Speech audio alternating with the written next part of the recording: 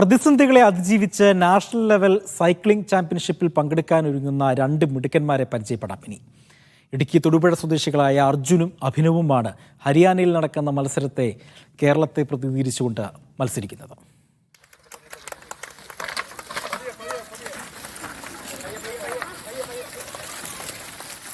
Arjun Thodupuzha saint Sebastian ഹൈസ്കൂളിലെ 9ാം class വിദ്യാർത്ഥിയും Abhinav Kudayathoor government higher secondary സ്കൂളിലെ +1 വിദ്യാർത്ഥിയുമാണ്.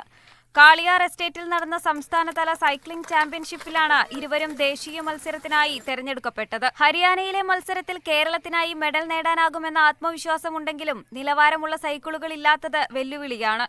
അവിടെ വന്നത് 1.5 ലക്ഷം തൊട്ട് ഒരു 4 ലക്ഷം രൂപയുടെ വരെയുള്ള സൈക്കിളാണ്.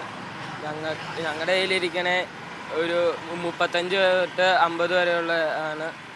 അപ്പോൾ സൈക്കിള് വരണം നല്ലത് വന്നാൽ ഞങ്ങൾ ഇന്റർനാഷണൽ വരെ പോകും. ഇടുക്കി ജില്ലാ സൈക്ലിംഗ് അസോസിയേഷൻ പരിശീലകൻ കൂടിയായ രാജേഷിന്റെ നേതൃത്വത്തിൽ തൊടുപുഴ ന്യൂമാൻ കോളേജ് ഗ്രൗണ്ടിലാണ് ഇരുവരുടെയും പരിശീലനം. ആവശ്യമായ ക്രമീകരണങ്ങൾ ഒരുക്കിയാൽ ഇരുവരും നേട്ടങ്ങൾ കൊയ്യുമെന്ന് പരിശീലകനും പറയുന്നു.